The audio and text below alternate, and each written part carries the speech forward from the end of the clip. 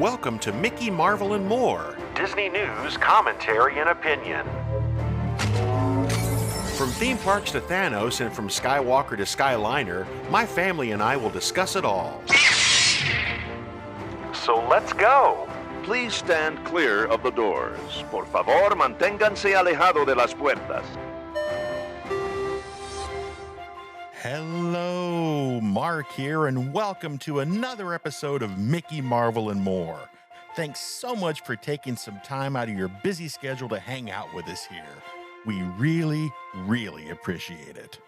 This episode's family chat, we thought we would talk about a topic that's fun, but can also be essential for your sanity. My family and I have taken many very long road trips from the Midwest to Florida to travel to Walt Disney World. We've also driven a few times to Port Canaveral to take a Disney cruise. And I'm sure there are many West Coasters listening to our show that have driven long road trips to get to the Disneyland Resort in Anaheim. And quite frankly, anybody who has traveled more than 30 minutes with their precious children in the back seat knows it can be a challenge to keep them entertained and happy, and in turn, keeping the adults in the front seat also happy. So Laura and I thought we would sit down around the virtual table in the family chat and discuss some of the many games and activities, most of them Disney related, that we used to use to keep our tiny humans happy during those long road trips to the happiest place on earth. So we could also keep our vehicle one of the happiest places on earth. Stick around for the family chat to learn all of our tricks of the trade. But before we get to that, we've got a little housekeeping. In the last episode, I did a story about the current and upcoming Marvel Disney Plus animated shows, and I need to make a little correction. Well, not so much a correction, but Disney has moved the goalpost on me a little bit. In the story, I announced that Marvel Zombies was going to be premiering on October 3rd, but it looks like Disney has changed their mind and moved that date up a little bit. Marvel Zombies will now be premiering on Disney Plus on September 24th. So if that's one of the shows you're interested in, be sure to change your calendars. Now, with that little bit of housekeeping out of the way, let's get to some news from in and around the Disneyverse. This Disney DVD is enhanced with Disney's Fast Play. Your movie and a selection of bonus features will begin automatically. To bypass Fast Play, select the main menu button at any time.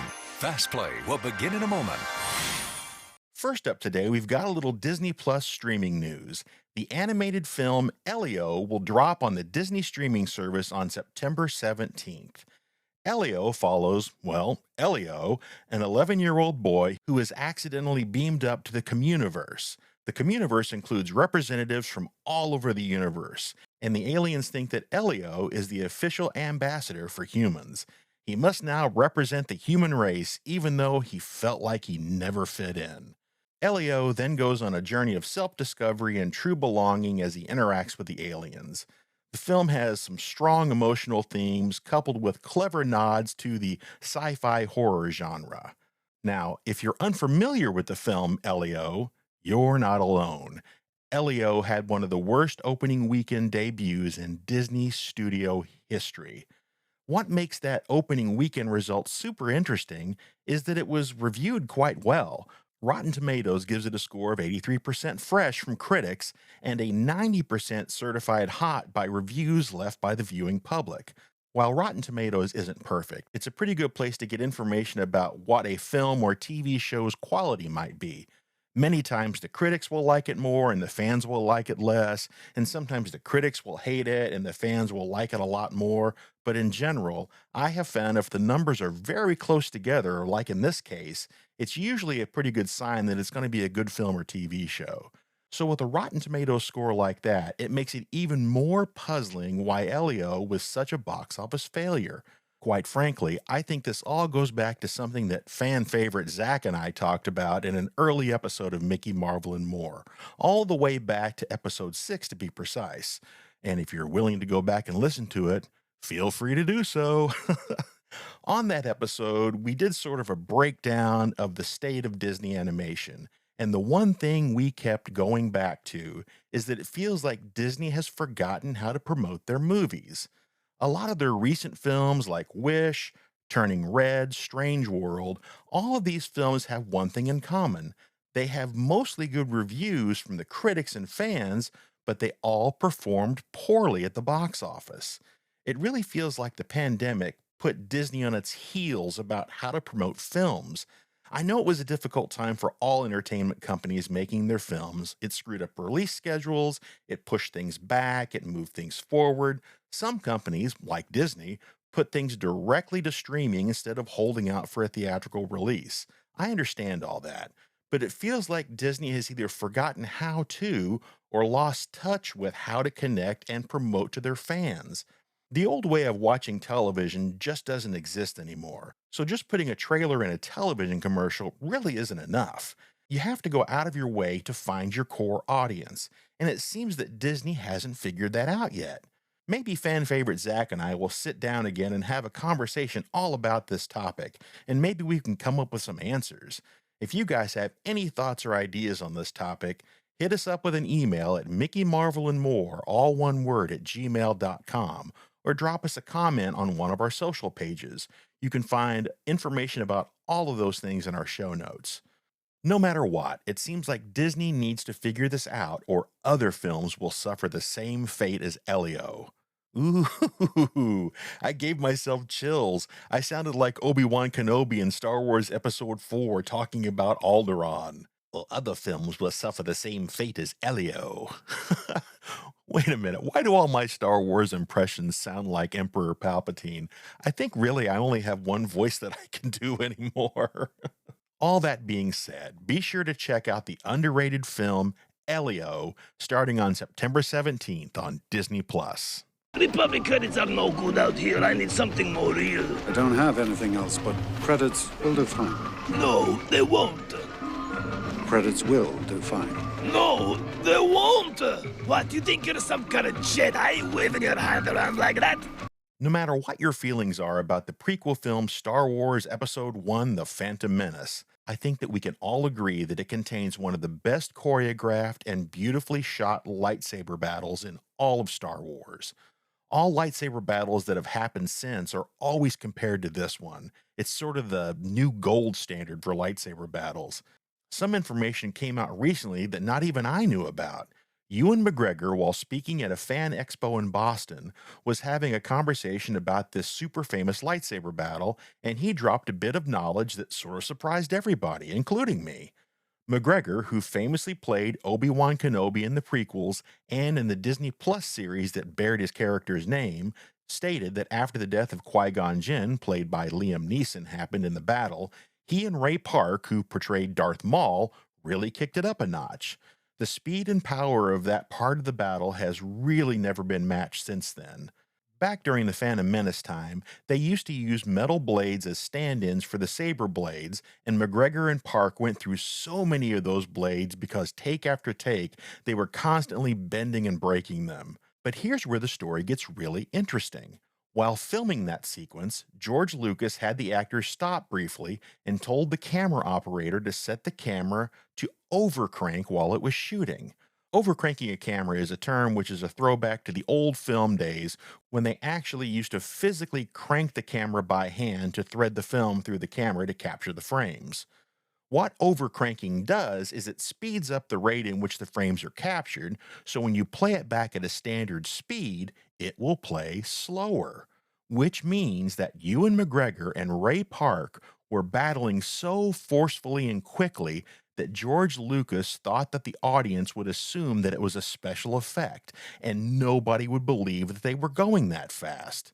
So what we are seeing in the finished product is actually way slower than they were fighting on set. That's how fast they were going. Even with that, many fans over the years still thought the film was sped up. So keep that in mind the next time you watch the final battle in The Phantom Menace. It will make it seem even more amazing than it already is. Believe you me, I am already queuing up that scene for myself right now. Don't touch the Nemo! He touched the butt. Finally, some of our favorite news here on Mickey Marvel and More, animal news. Well, this time it's not baby animal news, but it is a super cool story. As most of us know, the Rivers of America and Tom Sawyer Island and a big chunk of Frontierland in the Magic Kingdom and Walt Disney World was permanently closed in July to make way for the new Cars area called Piston Peak. Now, something that I've always known, but I just didn't think about related to this big change, is that there are fish in the Rivers of America. So before they drained all that water out of the area, the Fisheries Management Program ensured fish from the river were safely relocated to the nearby Seven Seas Lagoon. Seven Seas Lagoon is that big area of water between Magic Kingdom and the Transportation and Ticket Center. Approximately 2,000 fish were removed from the Rivers of America and relocated. 10% were miscellaneous species like catfish, Seminole killifish, and mosquito fish. 20% were largemouth bass, and 70% were other types of sunfish. So all of the fish in the Rivers of America were saved. Woohoo! I only wish the same could be said for the Rivers of America and Tom Sawyer Island, but that's a discussion for another day. Stick with us here on Mickey, Marvel, and More for all of the big and tiny animal news. Are we there yet? No. Are we there yet? No. Are we there yet? No. Are we there yet? No. Are we there yet? No. Are we there yet? No. Are we there yet? No. Are we there yet? No. Are we there yet? No. Are we there yet? Are we there yet? You little... Homer, I think we're there. Woohoo! Traveling to Walt Disney World or Disneyland or Port Canaveral for a Disney Cruise Line cruise by car from anywhere more than just a couple of hours away can really test the bonds that you have as a family.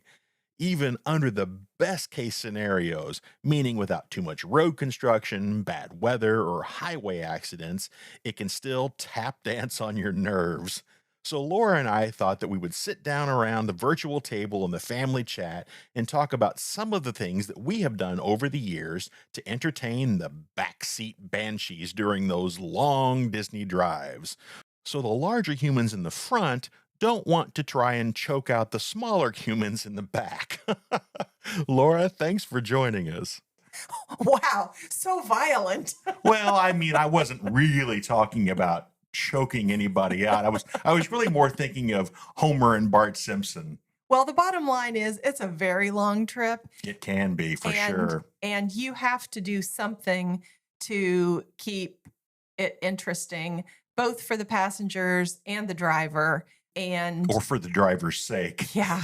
And you know, sometimes just watching movies for 14 hours, even with our kids who loved watching movies, even they get tired of watching movies after a while. Back in the days with the flip down DVD player, but at least now it's all self-contained in their phones and iPads. Right, right. I wanted to share with our listeners some car games and car activities that have been tried and true staples of our family for many years. And whether they're going to Disney or just taking some other long car trip, these might be some ideas that I thought would be fun to share. We've even invented a few games. We have. So let's talk about a few of our greatest hits. All right. Well, one of the things that I like to do with a car game is not only have something to occupy the time, but also gets you excited about the destination. Right. And one of the things that we've done a lot is Disney trivia. And so for Disney trivia, I certainly don't write questions myself. There are so many Disney trivia questions available on the internet. Right. And the challenge for me usually would be trying to find something new that we hadn't had before. Typically, the way that I like to do our Disney trivia is by, number one, having some different categories.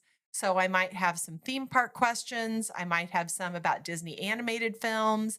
I might have some about Star Wars, some about Marvel, and try to mix it up so that if you have some people in your group that maybe know more about one thing and less about another, you've got questions there that are going to appeal to everybody. I remember when Parker was younger, you would skew questions to him that he would get, so he would feel like he was also participating. That's right. So as the trivia master, I would make sure that I had some easy questions, some of them multiple choice for the younger players in the car. And one of the things that's fun about Disney trivia is the driver can play as well. Right. Oh, the driver always plays. That's right.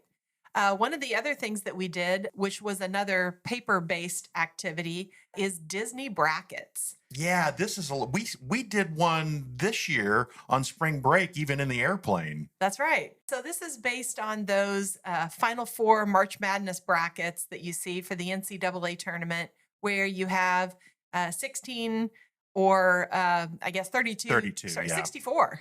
Wait, Right. No. Well, you can tell that we watch a lot of sports. I don't know. You start with a lot of choices. On opposite sides and narrow it down to That's one. right. You narrow it down to a final showdown. We love the sports ball. Right. So we've done Disney brackets with all different kinds of things. We've done them with Disney attractions. We've done them with Disney movies. We've done them with Disney snacks. Oh, yeah, that's right. We've created brackets for Disney characters. So you can be as creative with it as you want. Our family's favorites seem to be based on Disney attractions Sure. or Disney food items. Right. Yeah. And then you compare them and you rank them and then you get all the way down to the last one. And then everybody in the car, or in this case, the airplane, will share what their answers were. And then you can have some more debate about it. Like, what do you mean you picked that as your number one attraction? Are you even part of this family? Well, and another thing you do for these games is for the quote unquote winner, you'll hand out prizes. That's right. So, prizes are also something that I think is a hallmark of our Disney car trips. And these car prizes, they can really be anything: a piece of candy, a treat. Some of the car prizes that I've handed out over the years that have seemed to be big hits with our family have been things like miniature flashlights. Particularly if you're on a 14-hour car ride, it's going to get dark in Right. the car by the Or end of the start trip. dark. Yes, or start dark. And having those little flashlights are helpful when somebody in the back seat drops something in the back seat, and you can tell them, "Hey, use your flashlight, and why don't you find it?" Because as an adult, we all know if that dome light comes on, the car's going to wreck. That's right. As a kid, that's what I thought. I was always told, I can't turn the dome light on, we'll wreck. Handing out little stretchy animals has usually been a big hit in the past. We also like to do those Lego minifig blind The bags. blind bags, yeah. Those are always a lot of fun. And that also gives an additional activity while people put together their minifig and maybe compare or trade minifigs with other people. The great thing about the blind bag is you can do more than one of those. Right, because you're not always going to get the same thing. That's right. And that makes me think of another game that we actually invented involving Legos, and this is actually a pretty good idea. Yeah, Lego challenges. So what you do is you make a little Ziploc bag full of random Lego pieces. The key is making sure that in each bag you have the same number of pieces and the same type of pieces. Doesn't have to be the same color, but just the same amount, same type. And so it's evenly spread between however many bags you need for however many little humans you have in the car. Right. Then what we do is I will come up with a list of building challenges.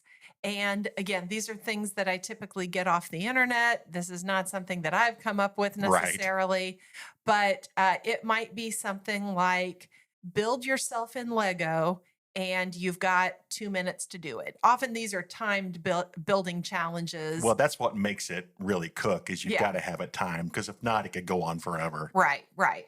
Or build a car using the pieces that you have in 30 seconds.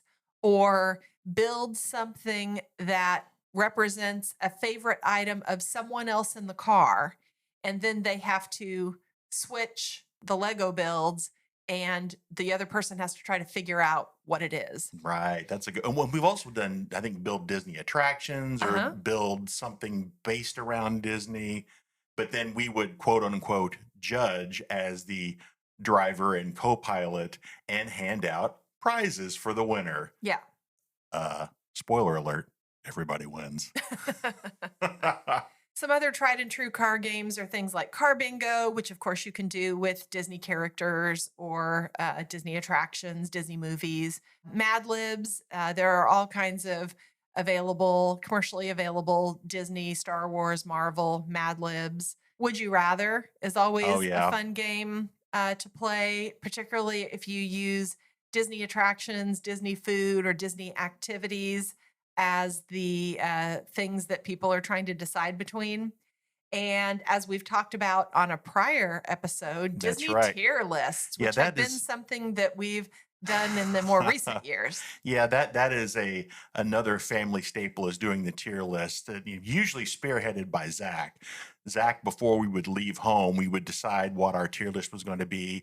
Of course, the most popular one was the tier list of the trash cans in Walt Disney World, but he would get that idea, and then if he had some pictures, he would put them in there for whatever the particular tier list was. What was fun about the trash can one is we took the pictures while we were there, so then for the ride home, we were able to do that on the long drive home. So it was kind of like a twofer. We had a scavenger hunt in the parks, and then we had the tier list game in the car. But if you want to take a listen about what tier lists are, go back to our previous episode, and I'll put that in the show notes, a link to that episode if anybody wants to take a listen to the tier list. And I'll also put a link to our tier list examples back in the show notes. Back to prizes for a second. Some of the other prizes that I've liked to give out in the past are things that will actually be useful on the trip that is about to happen. Oh, yeah. And so I've given out new sunglasses, new pool toys, new tote bags for them to put all of their new treasures in Right. and carry with them either to the pool or to the room. So those are things that are both practical and, everybody just likes to get something new and fun on a trip. Even the driver likes to get new things. Yes, prizes for the driver as well. There has to be an equal attention gift for Dad. Always, always.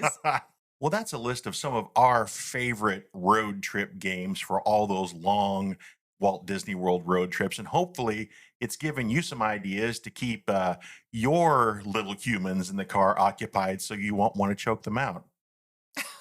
I'm sorry. I wrapped it up with choking them out again. Maybe I should have said, keep them entertained so you can hug them hard later. No? Okay. Also a bad idea. Okay. This will just help keep your little ones happy in the car so everybody is happy. Yeah. Maintain family harmony. We'll see you next time. Thanks so much for joining us for another episode of Mickey, Marvel, and More. And another special thank you goes out to my wife, Laura, for joining me in the family chat to talk about all of our car games and activities that you can use to help you on those super long Disney road trips. Please note that no backseat barbarians were harmed in the creation of this podcast. Be sure to check out the show notes for all of the stories we talked about today. Also, something else in the show notes that I've not mentioned in a while are all the links to all of the different places you can listen to our little podcast. We are available on Spotify, Apple Podcasts, Apple Music, CastBox, and we're even available on YouTube. Well, audio only, of course, because, face for radio and all. And if you ever have any ideas for any family chats, comments about stories, or just some random Disney observation you may have, you can always use our email, Mickey, Marvel, and More, all one word, @gmail.com. And as always, if you enjoyed this episode, my name is Mark, and this has been Mickey, Marvel, and More. If you didn't... Are we there yet? Are we there yet? Are we there yet? Are we there yet? Are we there yet? Are we there yet? Are we there yet? Hey, you kids! Don't make me turn this podcast around, because I'll do it! We'll see you next time.